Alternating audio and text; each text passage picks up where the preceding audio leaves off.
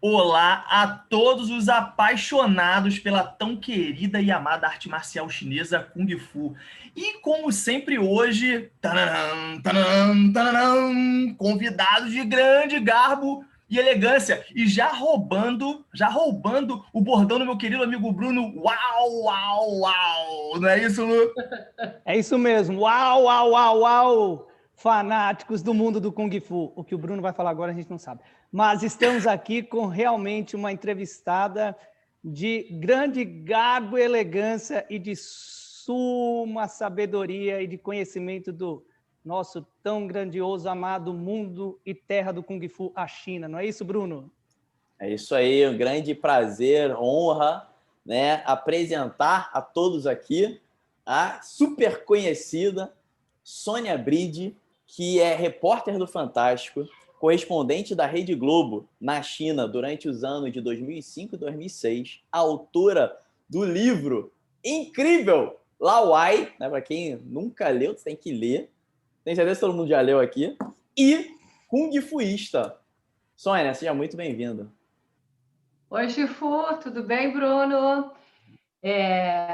Luiz, Luciano, obrigada pelo convite, obrigada por me chamarem para estar aqui e conversar. Vocês sabem que eu sou, assim, confuísta é uma generosidade do Chifu Bruno, né?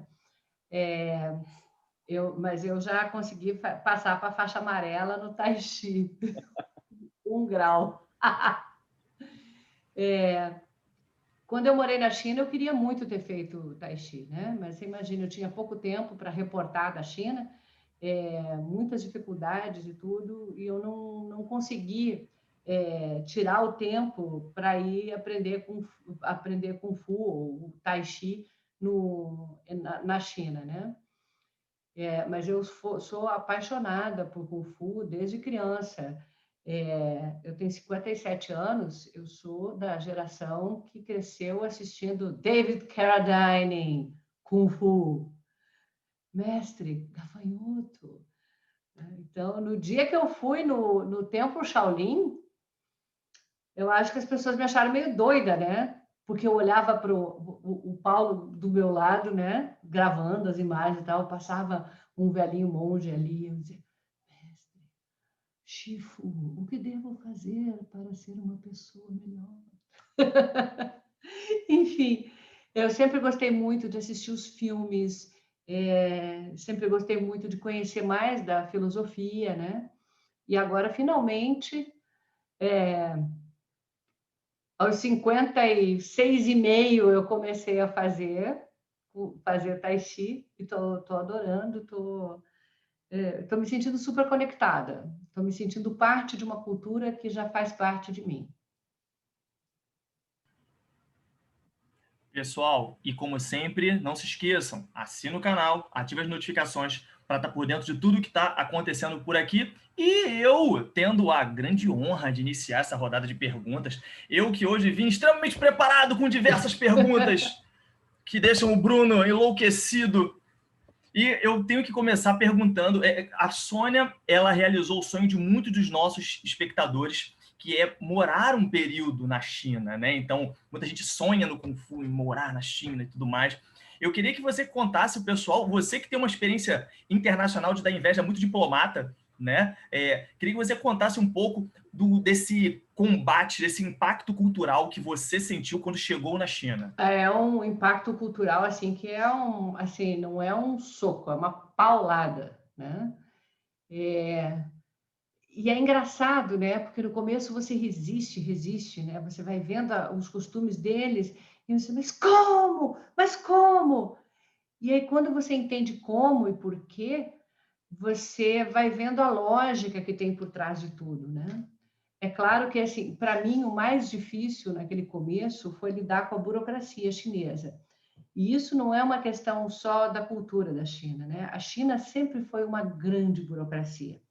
Para vocês terem uma ideia, há mais de 2.000 anos, a ascensão no governo da China, você sempre teve o imperador, mas até ministro era escolhido por concurso. Então, a ascensão social na China, você tinha famílias ricas, você tinha famílias com posses, com poder, com terra, mas você não tinha uma nobreza como no Ocidente, né? Porque no Ocidente você tinha lá o imperador, o conde, o visconde, o duque, não sei, o barão e tal, e essas pessoas é que mandavam independentemente da sua capacitação. E na China havia um sistema instituído lá desde o Confúcio, né, que o avanço ele tem que ser através do conhecimento acumulado. E isso levou à criação de uma burocracia muito grande na China, né? Vocês sabem, quem assistiu o Hero, que é um filme de Kung Fu também maravilhoso, é o meu preferido, eu acho o mais bonito dos filmes de Kung Fu já feitos. O imperador que eles tentam matar, que é o alvo dos 3 assassinos, é justamente o imperador que unificou a China. A China eram já eram grandes reinos separados que viviam em conflito. E esse cara, ele derrotou os outros senhores dos outros reinos e montou o Império da China. Ele é o fundador, tipo um fundador da pátria chinesa, né? E ali ele unificou o sistema de pesos e medidas, ele unificou a língua escrita. Hoje ainda se falam mais de 50 línguas diferentes na China, mas a escrita é a mesma para todo mundo, né?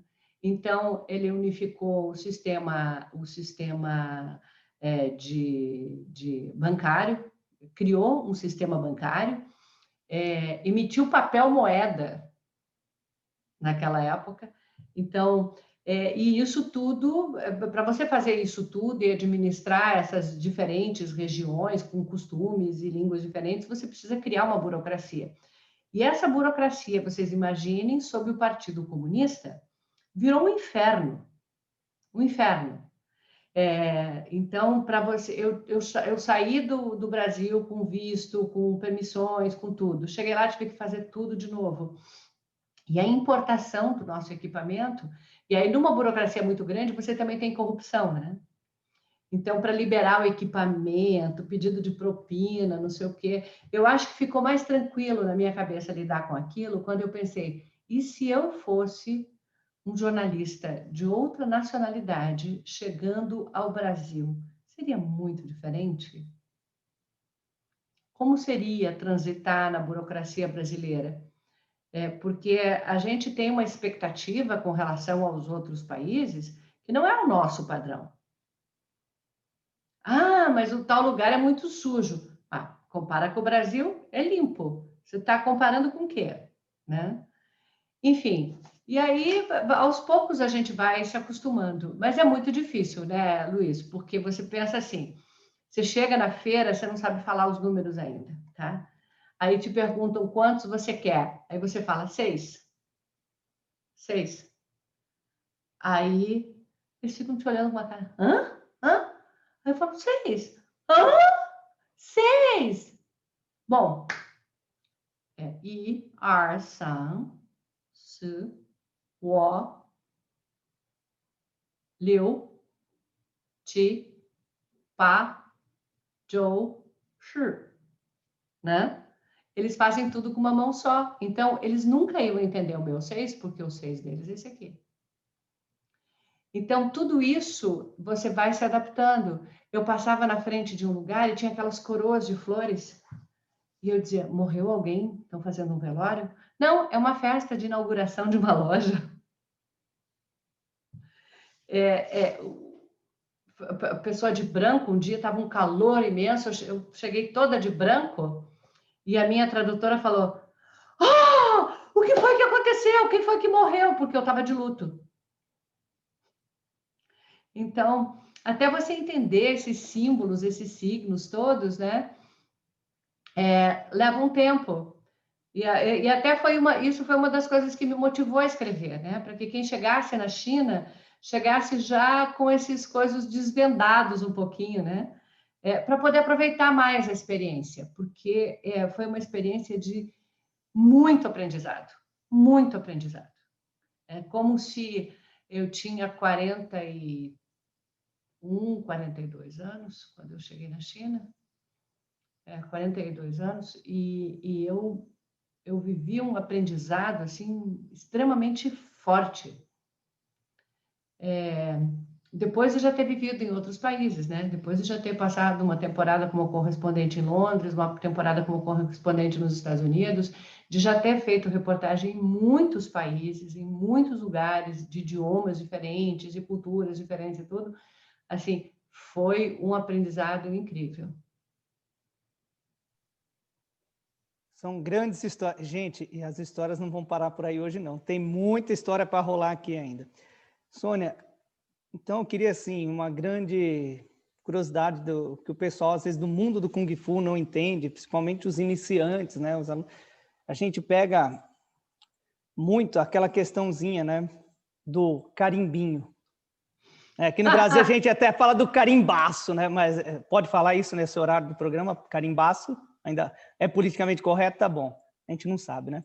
Mas, enfim, você estava contando que vocês tiveram uma grande dificuldade para aduaneira, né? Para desenrolar documentação, equipamento e tudo. Isso é uma história bem curiosa, né? E eu acho que no Brasil, acho que não ia ser diferente, não. Porque eu não sei quem tem mais burocracia, lá ou cá.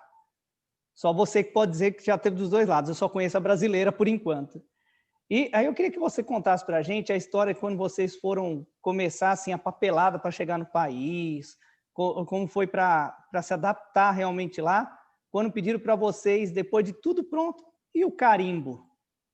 E o nome de vocês, né? Porque vocês têm o famoso R no nome de vocês, né? Tanto você quanto o Paulo, no sobrenome vocês têm o R. E chinês tem dificuldade de falar L, né? Então, conta para nós como é que foi isso. Primeiro que quando nós chegamos, eles mudaram o nosso nome, eles escolheram o nosso nome, né? Eu virei Sônia e o Paulo virou Paulo O. Bride Zero nem tentaram. No Japão, quando a gente viajava para o Japão, eles me chamavam de Madame Buridi. Porque daí eles não conseguem fazer o brr, né? As sílabas são todas sílabas simples, não conseguem juntar essas duas coisas. Só vou contar uma história engraçada do R antes da... A minha tradutora, a Cheryl, era muito engraçada, né? Ela cantava e tal, e ela me ouvia ouvindo as músicas brasileiras, e aí ela canta uma voz lindíssima, lindíssima. E aí ela cantava as músicas brasileiras, e aí ela me pediu para ajudar com Galota de Ipanema. E aí eu tentava ensinar o ro, ga, ro, não saía, era lo. Então, ela vinha com aquela voz linda, né? Olha que coisa mais linda, mais cheia de graça. Ela... mas eu achava tão bonitinho, e a voz dela tão afinada, tão... Aí um dia, eu discutindo música com ela, e falei assim, não, de rock, porque rock é assim, é difícil você ter um hit de rock que não seja em inglês, né?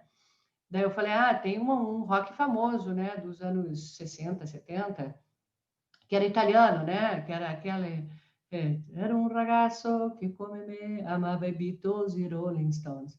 E que daí tem o som da metralhadora, né?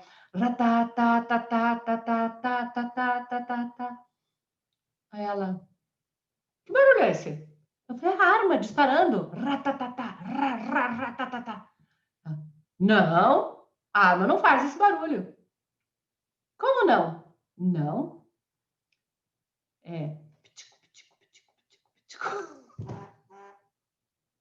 A arma automática deles era mais silenciosa que a nossa.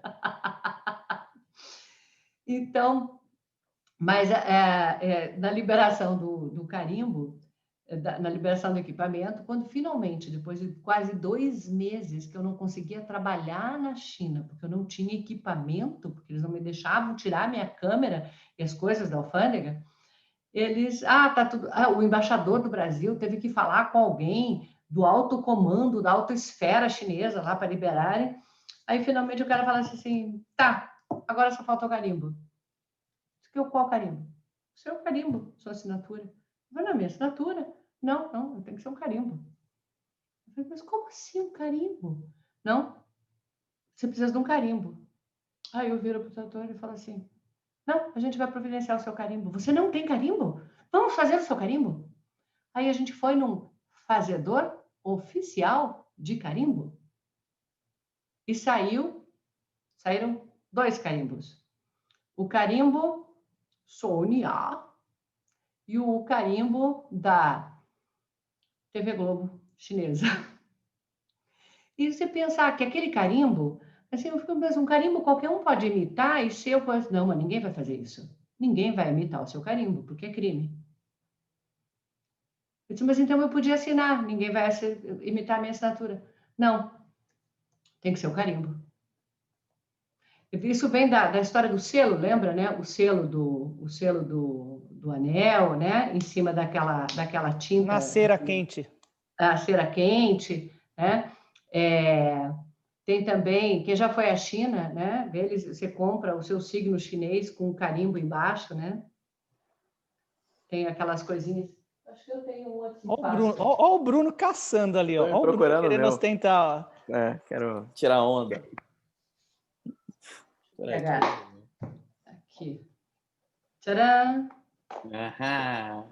Esse aqui é o coelho, é o meu. Ó, você compra... Somos coelho, eu também sou coelho. Né? Aqui, ó. O coelhinho. E vem um potinho bonitinho com a tinta vermelha, né? Porque o vermelho é a cor do poder. Ainda tem isso, né? Vermelho e amarelo são as cores do poder. Então, tudo que você tem de vermelho e amarelo vale mais. Sônia, me conta uma coisa.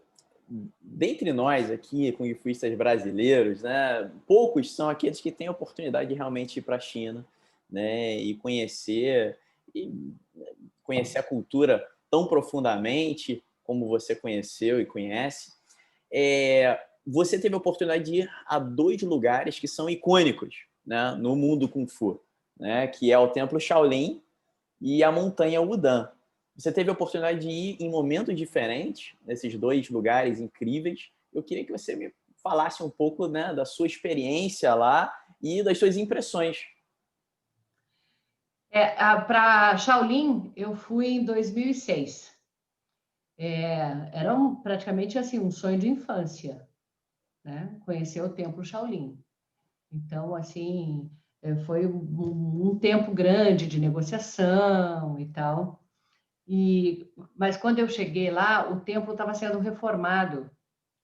Então, estava com muito barulho e alguns monges mais velhos tiveram que se alojar em outro lugar e tal. Mas eu fui atendida por um mestre. Nossa, ele fez um taolu para a gente. Eu tenho que recuperar essa gravação para você. Foi uma das coisas assim mais incríveis que eu... Olha o Paulo passando. Fala, Paulo, tudo bem? Então, a gente entrevistou esse Shifu, a gente teve lá tomou um chá com ele, conversou, fez a entrevista e ele fez uma demonstração, um taolu ali no meio, no pátio, um daqueles pátios internos do templo, que foi muito, muito, muito, muito bonito. A parte religiosa e da vivência dos monges, a gente perdeu porque estava em reforma, né? Mas a gente acompanhou o treinamento dos mais jovens. Também tinha muito monge em turnê, né, fazendo apresentação. E a gente acompanhou o treinamento de uma garotada que tinha entre uns 12 e 17 anos. Então, eles subiram lá a montanha em frente ao templo e num pátio imenso lá fizeram uma apresentação e foi uma das coisas mais incríveis que eu já vi. Um troço assim realmente incrível. Eu me lembro de um dos menininhos que fazia aquele exercício do bambu, né? Com uma vara, na verdade, que ele fincava o bambu, subia, fincava não, equilibrava no chão, subia e ainda fazia assim. Uma coisa completa, um desafio à lei da gravidade, assim, uma habilidade incrível, né? Uma disciplina muito forte E ali eu visitei também, na área do templo, que eu achei a coisa mais linda, foi o Jardim das Estupas, né? Que é o cemitério deles, né? Eles chamam de bosque, né? De bosque das estupas, que é o lugar onde ficam cada estupa tem o resto mortal de um grande mestre, de uma pessoa importante ali para o templo. Um lugar lindo, lindo, com árvores centenárias, milenares talvez, um silêncio afastado ali do templo, com aquela montanha onde fica a caverna do primeiro monge que chegou trazendo Kung Fu e trazendo a meditação e tal. Foi uma experiência muito bonita. Eu estive também numa escola que fica na região porque ali, ao redor do Templo Shaolin, vocês sabem, tem dezenas de escolas imensas, cada escola com 1.000, 2.000, 3.000 alunos, né? Sônia, E tem posso criança... compartilhar aqui? Quando eu tive lá em 2006 também. E entrando na cidade do Fã, você passa aquela rua que tem várias escolas. Comecei a chorar. Daí quem tava do meu lado, o que foi? Eu falei assim, cara, é muita emoção. A gente visitou as escolas antes de visitar o templo. Então, nós chegamos um dia, sei lá, 10 horas da manhã, 11 da manhã, fomos lá fazer a rotina das escolas, tal, e no dia seguinte que a gente foi para o templo. O que me impressionou muito no negócio das escolas é assim, criança muito pequenininha, de 5 anos, vivendo lá já em internato, não tem muita opção, né? Ou aprende, ou... Então, assim, do nosso ponto de vista ocidental, é uma coisa assim meio cruel, sabe?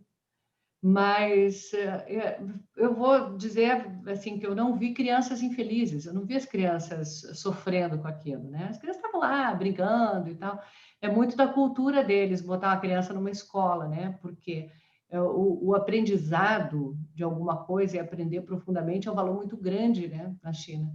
Então, o motorista que trabalhava com a gente, que agora é um empresário, tá rico, o Xiao Li, a filha dele, com 4 anos, 5 anos de idade, já estava no internato. E eu disse assim, mas Li, a sua mulher não trabalha, por que vocês botaram ela na escola? Ele falava, não, a escola é bom.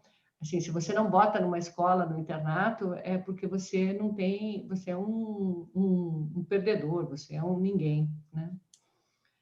Eu fiquei muito impressionada de ver lá as crianças. E aí também com esses milhares e milhares e milhares de pessoas treinando desde pequenininha, ou eles têm uns gênios do Kung Fu, alguns ficam no meio do caminho, uns se quebram, outros...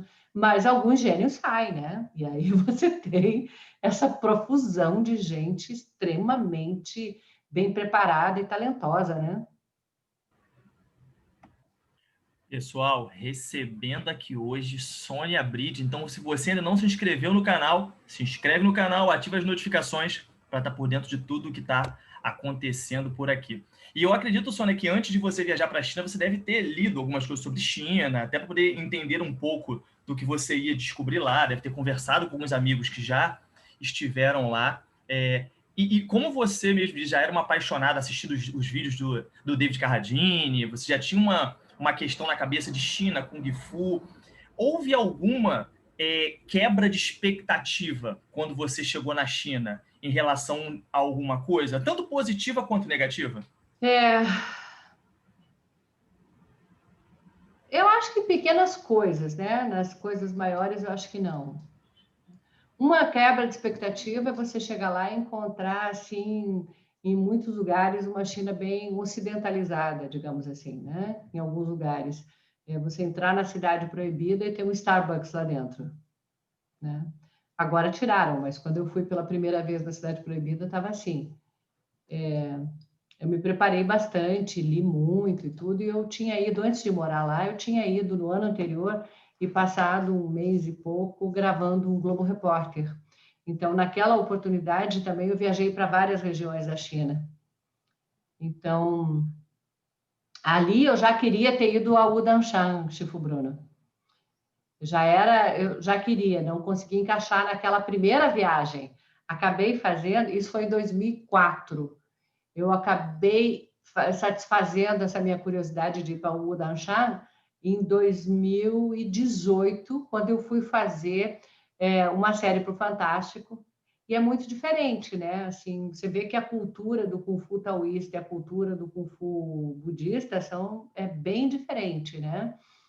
E ali eu encontrei uma coisa muito forte de ritual nos templos lá. A gente chega de manhã, assim, de madrugadinha, o pessoal já está lá fazendo as cerimônias e tal. Tem muita escola também, embaixo da montanha, no meio da montanha, em cima da montanha, né? E aí uma dessas escolas fez uma performance para a gente dentro de um dos templos. E eu acho que foi uma das coisas mais bonitas que nós já gravamos para a televisão. O Paulo fez imagens naquele templo e com aquele pessoal fazendo Kung Fu que são incríveis. Tem até o menino fazendo meditação numa encosta daquelas da montanha e o drone vem e vai se aproximando. É muito lindo, muito lindo. Então, para mim foi uma... Eu lamento profundamente que eu não sabia mais de Kung Fu, de técnica, tudo porque eu nunca tinha estudado, nem de Tai Chi, né? Porque eu poderia ter aproveitado mais essa experiência. Lá, eu acho que, Luiz Felipe, voltando à questão das expectativas, eu acho que, assim, eles destruíram muita coisa durante os anos maoístas, né? A Revolução Cultural, ela foi uma tentativa de destruição da história, de destruição do passado, né? Uma tentativa de fazer com que a história não existisse antes da implantação do comunismo ou do regime maoísta, né? Nunca houve um líder na história, o único líder é o líder supremo, o timoneiro, o Mao Tse-tung. E então, assim, sob esse aspecto, assim, dava até uma certa tristeza chegar em alguns lugares e saber o que foi destruído. Mas a China tem uma história tão longa e tão poderosa que você acaba se deparando. Eu me lembro, por exemplo, a primeira vez que eu fui à muralha, que eu fiquei decepcionada por uma bobagem, porque eu queria uma muralha vazia. E eu não conseguia me mexer de tanta gente que tinha lá em cima. Só que depois, vivendo ali, eu tive a oportunidade de ir a outros trechos da muralha e percorrer trechos imensos, só a gente. Eu tive a oportunidade de ir lá no deserto, na província de Gansu, onde termina a muralha, no forte onde termina a muralha. Uau. Aliás, tem uma referência a esse forte no filme novo da Mulan.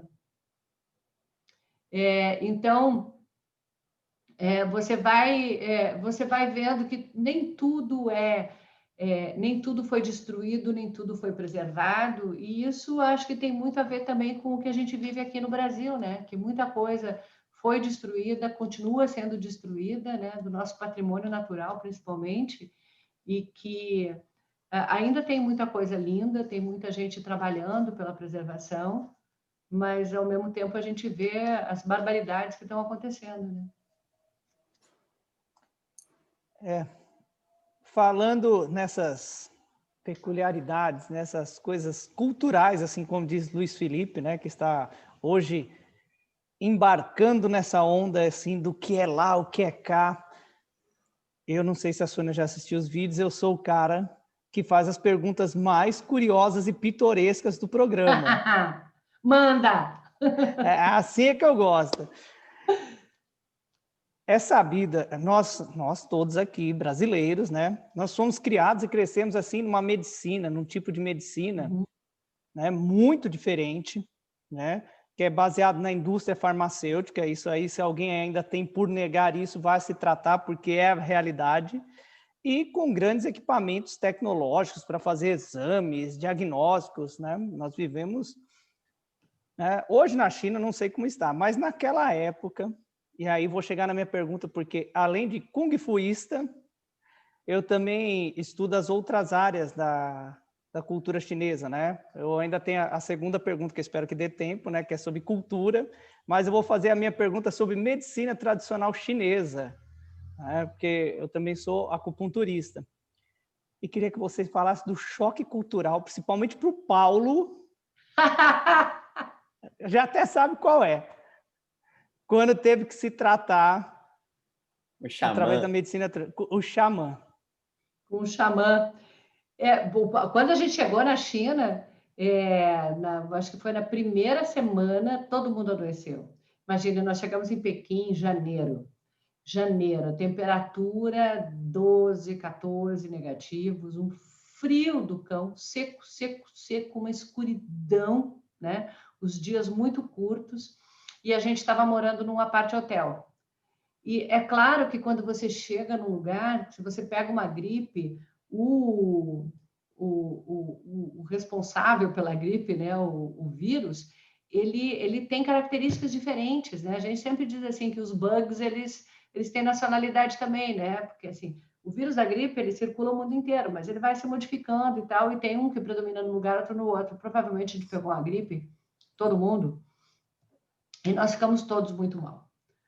E aí eu chego em casa, a gente, assim, um dia naquela coisa de documentação, não sei o quê, quando a gente chega em casa, o Paulo, febre, febre, febre. O Pedro tinha 3 aninhos, estava com febre, estava a Mariana, minha filha, estava a empregada que foi com a gente, a Fafá, que foi uma pessoa incrível, né? Porque ela já chegou lá, a Fafá já chegou com o nome de chinesa, né? Ela é do Piauí, que eu dizia que ela saiu do Piauí para a terra do Puyi, que foi o último imperador. E ela conversava com todo mundo e sabia da vida de todo mundo. Ela não falava nem inglês, mas ela sabia da vida de todo mundo. Eu não sei como é que é. É um típico brasileiro. É o típico brasileiro. Mas todo mundo passando mal, eu liguei para a embaixada e disse, pelo amor de Deus, me indique uma clínica, um lugar, eu estou precisando de um médico aqui, está todo mundo doente. Aí, não, tem o Dr. Ahmed, que é brasileiro, e vai aí, ele é marido de uma funcionária da embaixada, ele vai aí. Aí bate lá, entra, com nome árabe, Ahmed Yusuf El Tassa. Mas médico brasileiro. A gente, tudo bem, como é que vai? Tudo bem, não sei o quê, não sei o quê. Quem está mais mal? Ele olhou todo mundo, quem estava pior era o Paulo. O Paulo estava que não conseguia se mexer. Aí ele falou assim, se você não se importa, eu vou fazer uma coisa que é de tratamento chinês para tirar essa febre. Eu vou fazer uma raspagem nas suas costas. A hora que você sentir náusea, você me avisa. A febre vai baixar, vai ter um momento que você vai sentir náusea. Eu só olhei a cara do Paulo, porque eu sempre usei alguns tratamentos alternativos e tal, né? O Paulo não, o Paulo é um cético, o cara...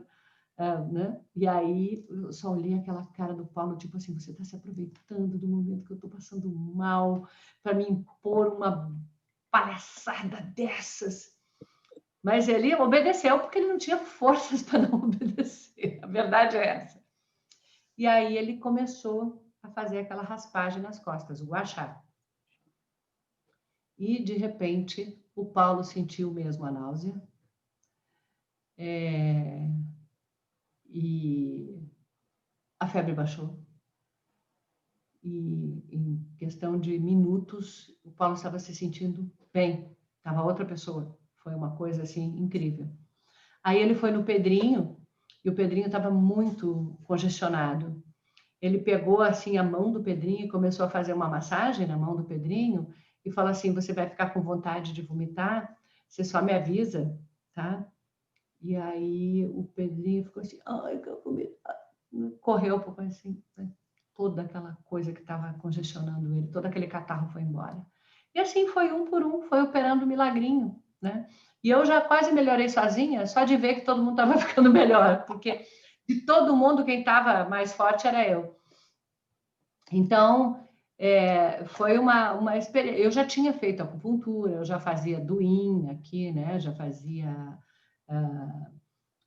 massagens e tal, né? Mas eu não conhecia guaxá, nunca tinha tomado os chás e tal. O Paulo também tinha uma alergia muito forte de coceira, uma dermatite migratória, assim. E aí o Dr. Ahmed entregou lá um composto de um monte de ervinhas. Parecia perdão da expressão, parecia cocôzinho em pó. Uma coisa assim, marrom, um cheiro ruim. E o Paulo, 3 vezes por dia, tinha que botar aquilo com água quente e tomar aquele pó. Basicamente, era um laxante. mas sarou. Ele estava assim, o Paulo estava há anos com aquela dermatite que vinha e voltava, e depois desse tratamento ele passou muitos anos sem ter recorrência. Eu fiz muita acupuntura enquanto estava lá, fiz um programa do Globo Repórter sobre medicina chinesa. E eu entendo que no livro do Imperador Amarelo, que é o livro da medicina, tem muita coisa boa e tem muita superstição também. Há 3.000 anos, o nosso entendimento do funcionamento do organismo era... o Confúcio achava que o nosso cérebro ficava no fígado, por exemplo, né? Que o nosso pensamento ficava no fígado, porque o fígado é relacionado à raiva, né? Essas coisas. Então, tem coisas muito boas que funcionam super bem e que já foram comprovadas na metodologia ocidental, o que para nós ocidentais é importante, né? Eu defendo que a gente precisa ter um método científico de comprovação, com estudo cego, comparação com grupo de controle e tudo mais, né? A acupuntura passou por isso várias vezes. O próprio gua sha, em alguns hospitais americanos, eles já fizeram, onde tem cultura chinesa grande, tipo São Francisco. Em Vancouver, no Canadá, muita pesquisa com medicina chinesa, né? E muitas coisas agora estão conseguindo entender por que funciona e como funciona. Né? Por outro lado, há muita dentro da medicina, desse guarda-chuva grande que chamam de medicina chinesa, tem muita superstição, tem muita coisa de curandeirismo. E aí isso leva, por exemplo, quem é que sabia da existência de onça no tempo do Imperador Amarelo? Eles nem sabiam que existia mundo fora da China. Mas hoje tem gente matando onça para mandar as garras e os dentes para fazer coisa para potência sexual. Como já faziam com o tigre, como estão fazendo com o perigo de extinção dos rinocerontes, o perigo com os tubarões, por exemplo, né? E aí você vê grandes figuras chinesas fazendo campanha, né, contra a sopa de barbatana de tubarão por causa do que representa para a espécie. Enfim, tem um monte de coisas boas e também tem a parte que é preciso ver onde há superstição, exagero e coisa desnecessária, né? Que leva à destruição à natureza e à biodiversidade. Sônia, tem uma passagem do livro que é muito, vou mostrar mais uma vez, na Lauai, que é muito lindo. Aliás, o livro é muito bem escrito, traz aquele que está lendo, né, a impressão de que você está ali, né? Você escreve muito bem. Obrigada. Não sou o primeiro a dizer. Mas, Sônia, a passagem que você encontra com o Dalai Lama. E poxa, para quem, né, treina o Kung Fu, para quem faz parte do Wulin, né, é uma figura também, né, icônica, importantíssima. Eu queria que você falasse um pouquinho disso, de como é que foi esse encontro, né, e suas impressões sobre a pessoa do Dalai. Foi outra matéria que eu queria muito fazer. Na época a gente tinha uma razão para fazer isso, porque o Dalai Lama estava vindo para o Brasil e havia uma pressão muito grande da China para que o Brasil não desse visto para que ele pudesse vir. E aí eu tive essa notícia e a gente começou a fazer os contatos para tentar entrevistar o Dalai Lama lá na Índia, onde ele vivia no exílio, né? Onde ele vive no exílio desde que ele fugiu nos anos 50. O Paulo dizia assim, vamos lá, vai dar um trabalho ir lá só para entrevistar um padre, não sei o quê. O Paulo é ateu, não gosta de religião e tal.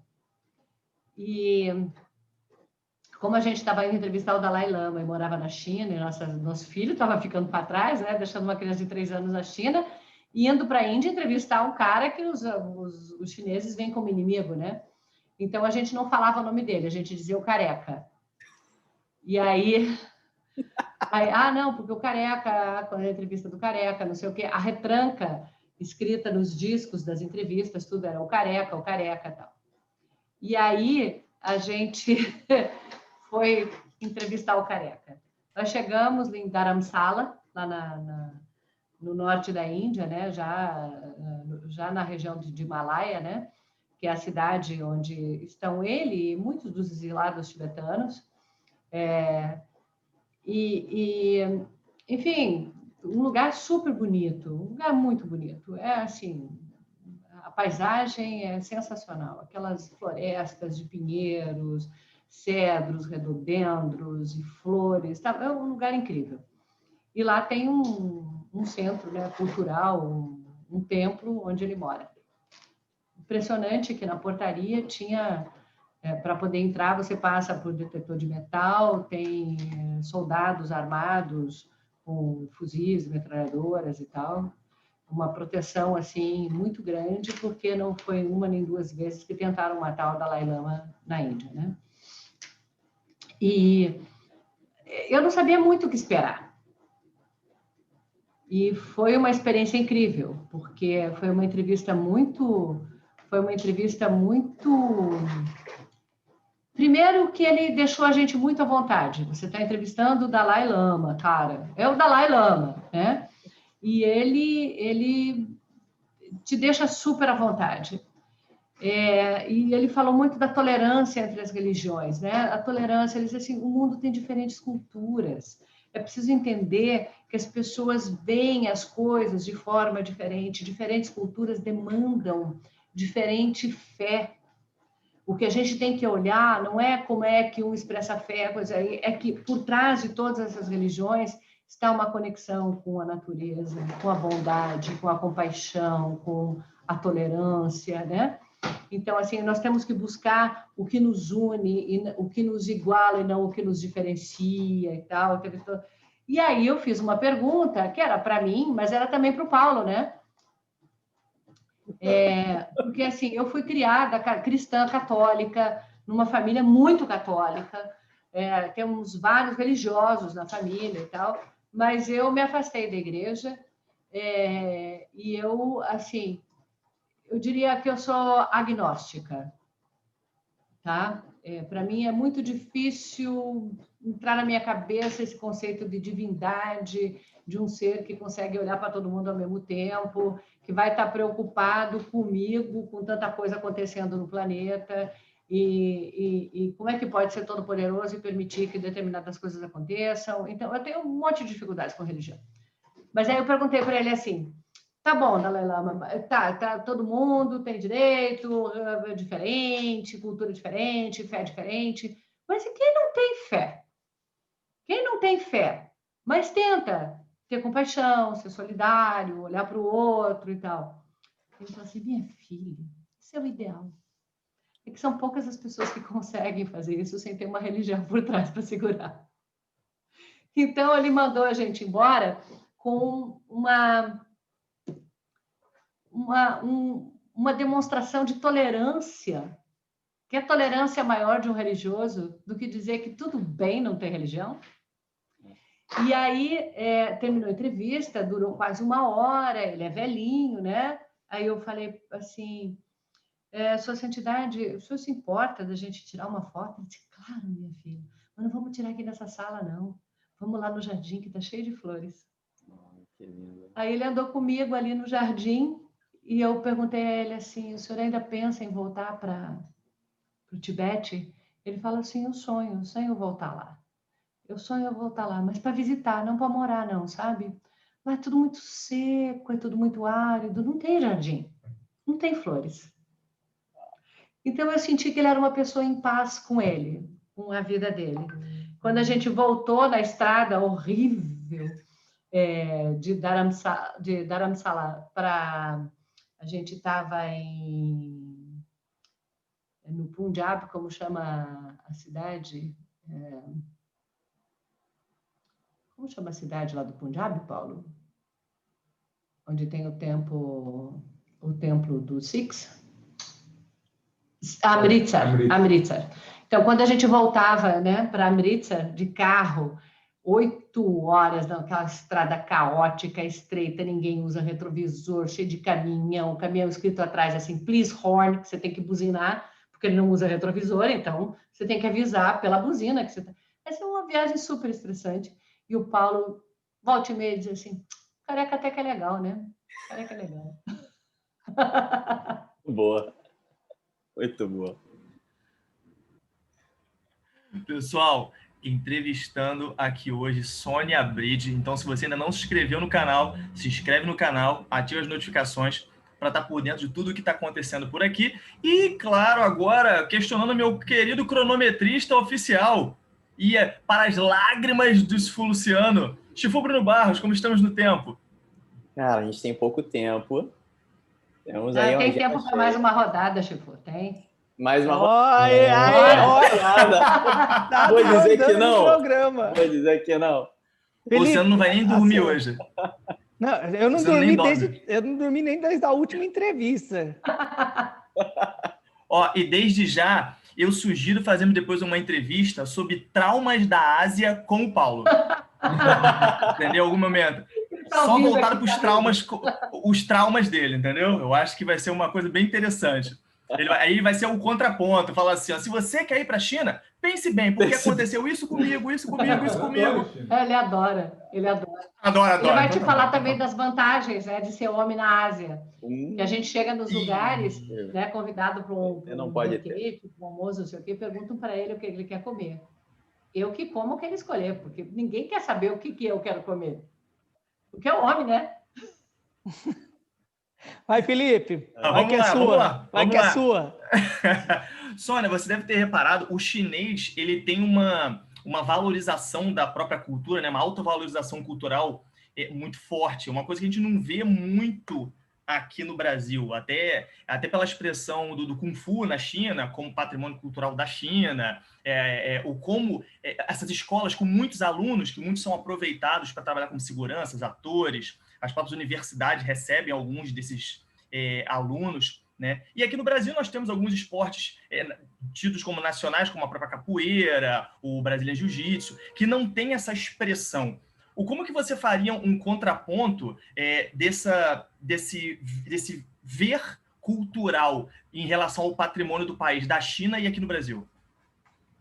Eu acho que no Brasil, por exemplo, a capoeira ela não tem a valorização que merece por uma questão racista, infelizmente. A capoeira é uma tradição desenvolvida pelos escravos. Então, durante muitas décadas, a capoeira foi vista como uma coisa pequena, porque feita por escravos, porque feita por negros. Isso é um reflexo do racismo estrutural que a gente ainda tem no Brasil. Qualquer outro... Assim, eu via muito mais capoeira na rua quando eu morava em Paris do que eu vejo no Brasil.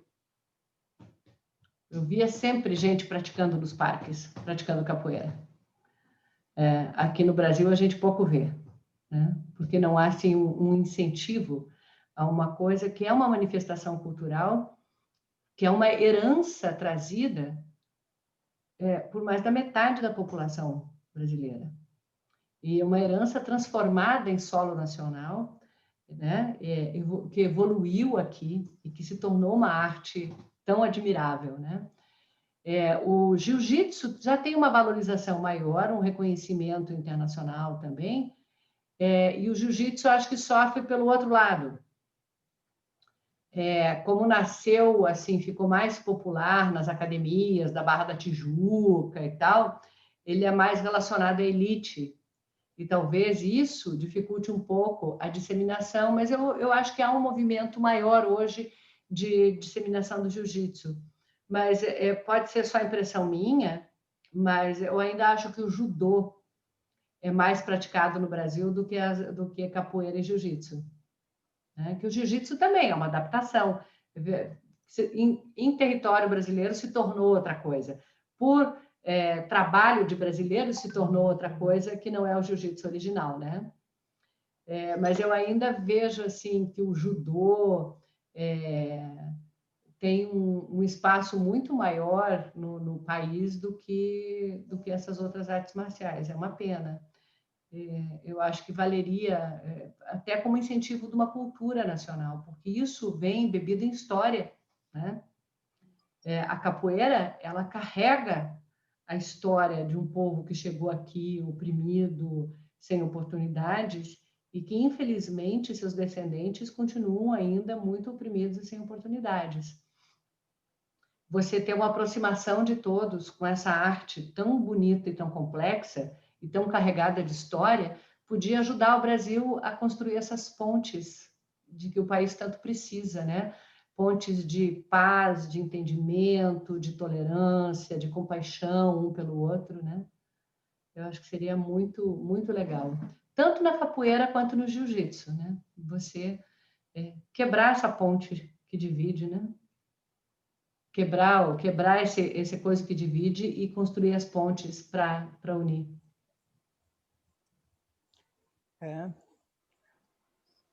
Gente, temos que refletir muito como estamos tratando a nossa própria cultura, como disse a Sônia. Cara, eu tenho uma pergunta aqui programada para a Sônia, porque eu queria fazer o paralelo, mas eu estou com uma outra questão aqui que eu quero puxar mais para o Kung Fu.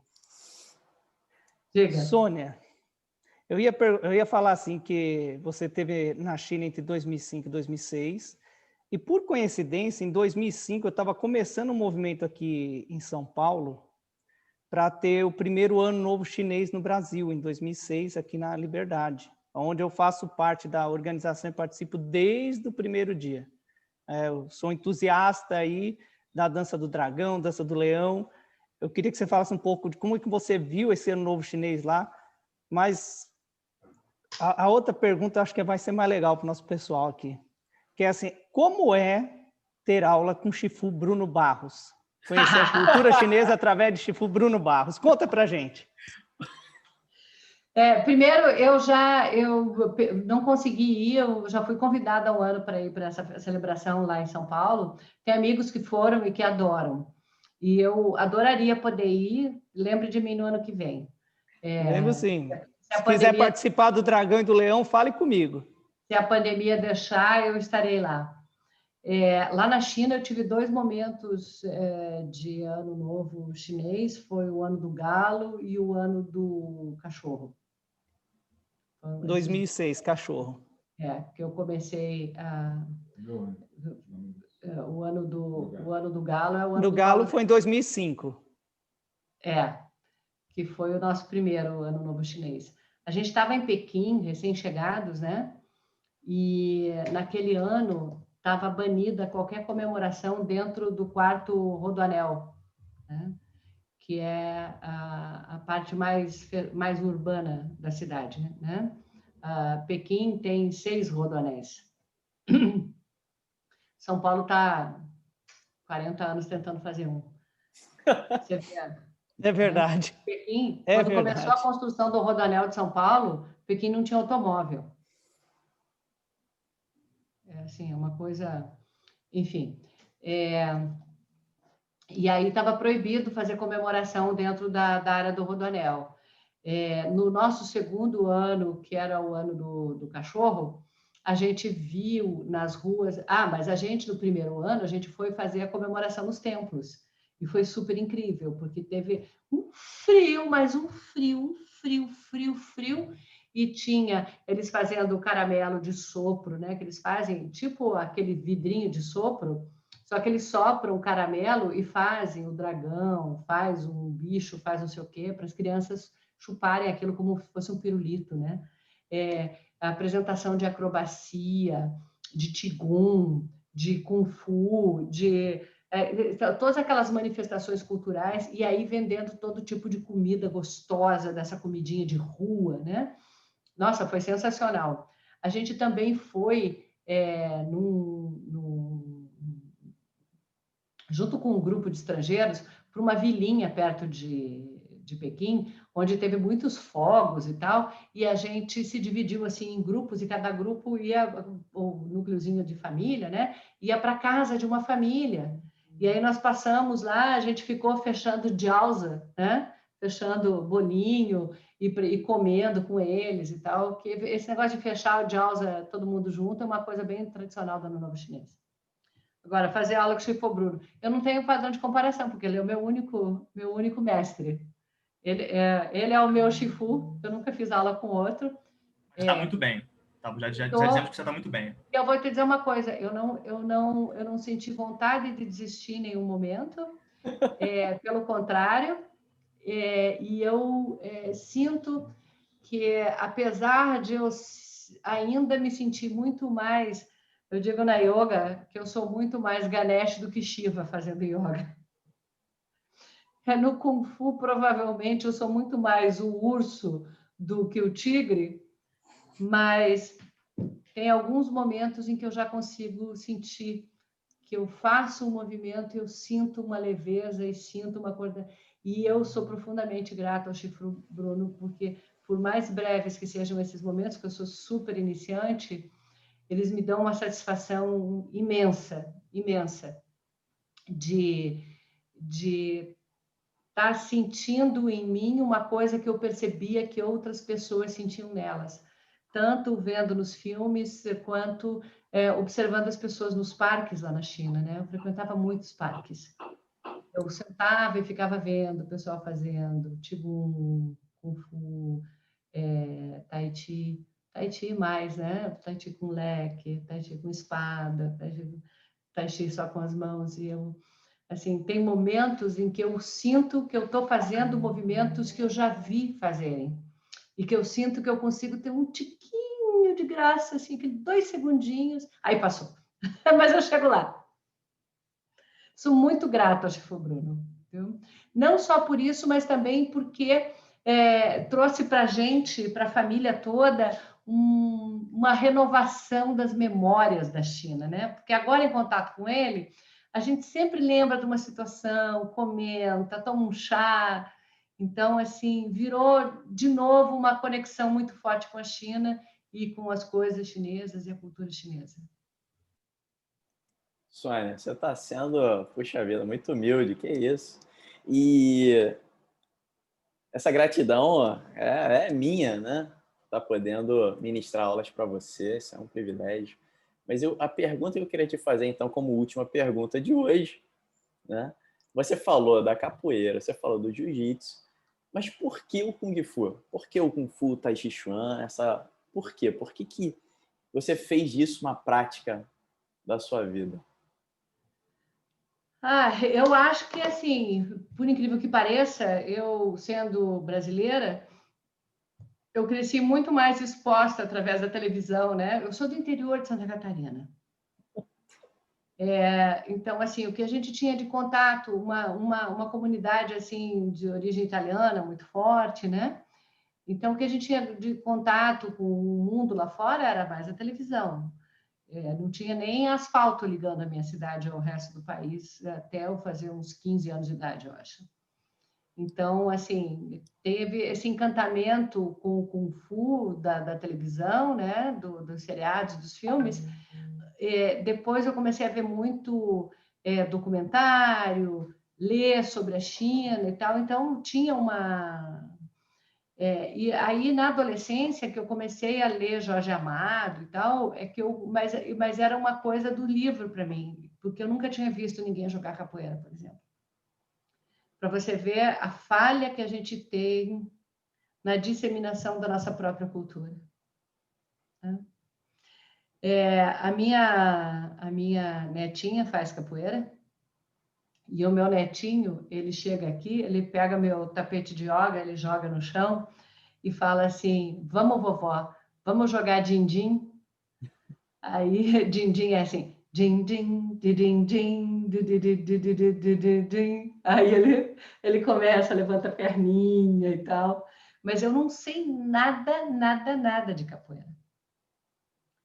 Mas eu sei que isso, assim, essa falha já está sendo corrigida na geração dos meus netos, que estão jogando din-din.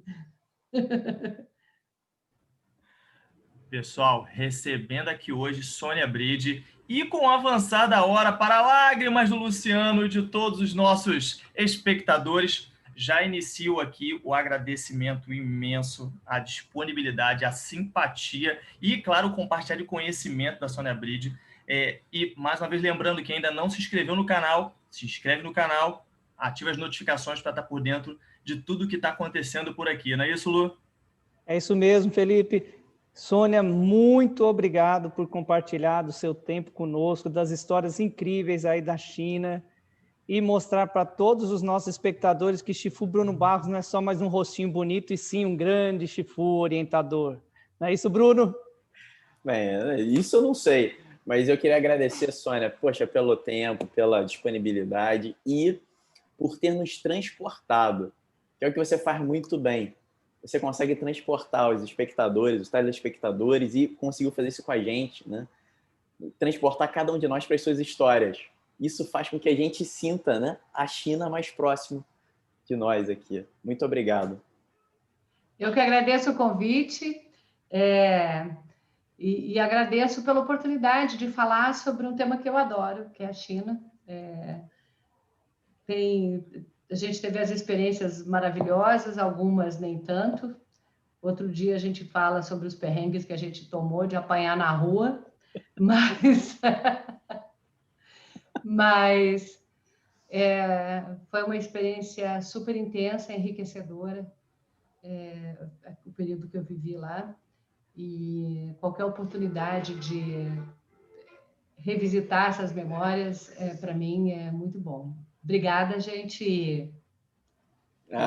Gente, quem não comprou, não viu o livro ainda, compre, leia, ajude. Vale a pena.